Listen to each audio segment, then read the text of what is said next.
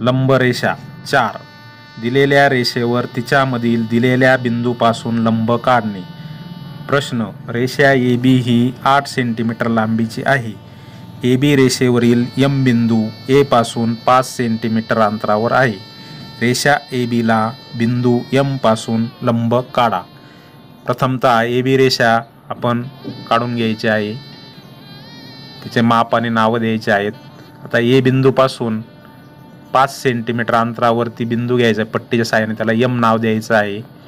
त्यानंतर कंपासचे टोक M बिंदूवर ठेवून अंदाजे अंतर घेऊन एक AB रेषेला छेदेल असा कंस करायचा आहे. त्या छेदनबिंदूला X आणि Y हे नाव द्यायचे आहेत. X Yच्या निम्म्यापेक्षा जास्त अंतर घेऊन वरच्या बाजूला कंस करायचा. Y बिंदूवर कंपास ठेवून त्या कंसाला छेदणारा एक कंस करायचा आणि तो जो छेदन बिंदू आहे तो M मधून आपण पट्टीच्या साहाय्याने सरळ जोडायचा आहे. अशा पद्धतीने AB रेषेला हा लंब तयार झालेला आहे.